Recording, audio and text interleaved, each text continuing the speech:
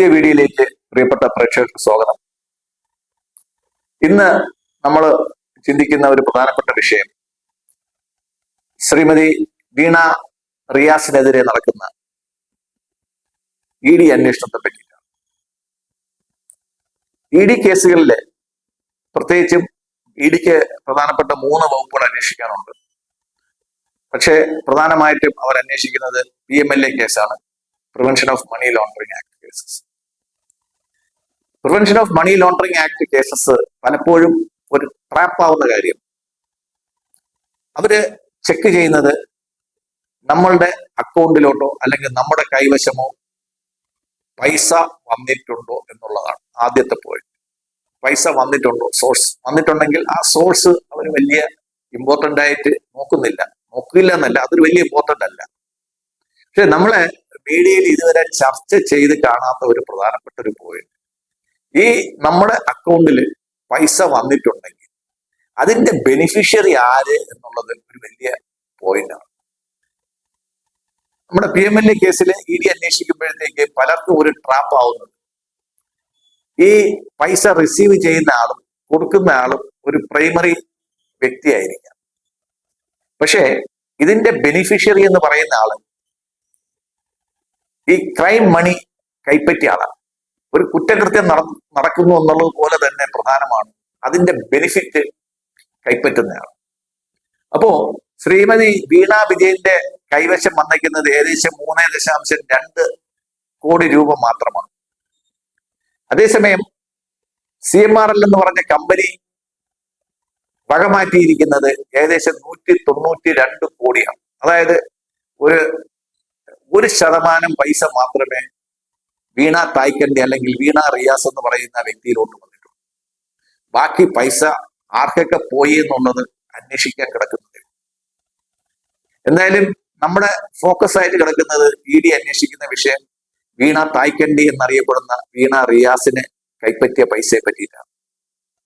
അതില് ശ്രീമതി വീണ തായ്ക്കണ്ടിയെ സമൺ ചെയ്തിരിക്കുന്നത്, സമൻസ് അയച്ച് വിളിച്ച് വരുത്തിയിരിക്കുന്നത് അവര് ഈ പൈസ ആർക്ക് ട്രാൻസ്ഫർ ചെയ്തു എന്ന് അന്വേഷിക്കാൻ വേണ്ടിയാണ്.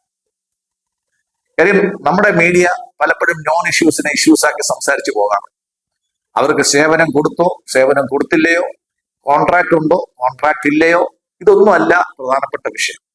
പൈസ റിസീവ് ചെയ്തിട്ടുണ്ട് ആൻഡ് പ്രൊസീഡ്സ് ഓഫ് ക്രൈം എന്ന് പറയുന്നത്, അതായത് കുറ്റകൃത്യത്തിൽ ഉൾപ്പെട്ട പണം അല്ലെങ്കിൽ തൊണ്ടി മുതല് എന്ത് ചെയ്തു, അത് ആര് കൈപ്പറ്റി എന്നുള്ളതാണ് ഏറ്റവും പ്രധാനപ്പെട്ട വിഷയം.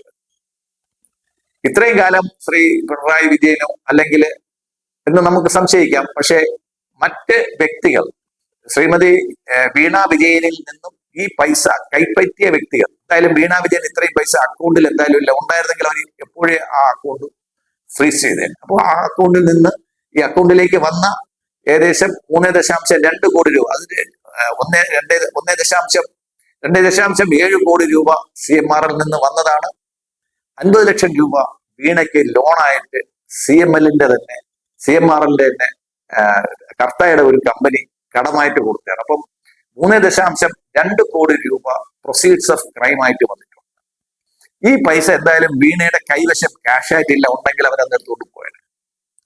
അപ്പൊ എന്താ സംഭവിച്ചിരിക്കുക, വീണ ഇത് ആർക്കെങ്കിലും കൈമാറ്റം ചെയ്തിട്ടുണ്ടായിരുന്നു.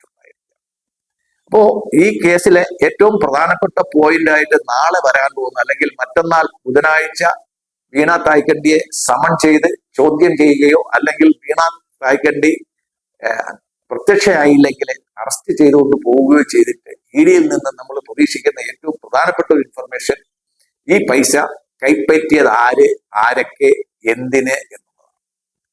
ഇത് CPM-ന് പാർട്ടി ഫണ്ടായിട്ട് നൽകിയിട്ടുണ്ടെങ്കിൽ CPM-ന് അതിൽ നിന്ന് ഊരാൻ സാധിക്കത്തില്ല. കാര്യം അവർ ഇത്രയും കാലം ഈ കാര്യം വിളിച്ചു പറയണമായിരുന്നു. ജനങ്ങൾ ഒരിക്കലും അവർക്ക് മാപ്പ് കൊടുക്കാൻ പോകുന്നില്ല. നമ്മൾ ശ്രദ്ധിക്കണം, ഇ ഡി തന്നെ നമ്മുടെ കരുവന്നൂർ ബാങ്ക് കേസിലെ കമ്മ്യൂണിസ്റ്റ് പാർട്ടി ഓഫ് ഇന്ത്യ എന്ന് പറയുന്ന സ്ഥാപനത്തെ അല്ലെങ്കിൽ ആ പാർട്ടിയെ തന്നെ ഒരു എതിർകക്ഷിയായിട്ട് അല്ലെങ്കിൽ പ്രതിയായിട്ട് ചേർത്തിട്ടുള്ള കാര്യം നമ്മൾ മറക്കണ്ട.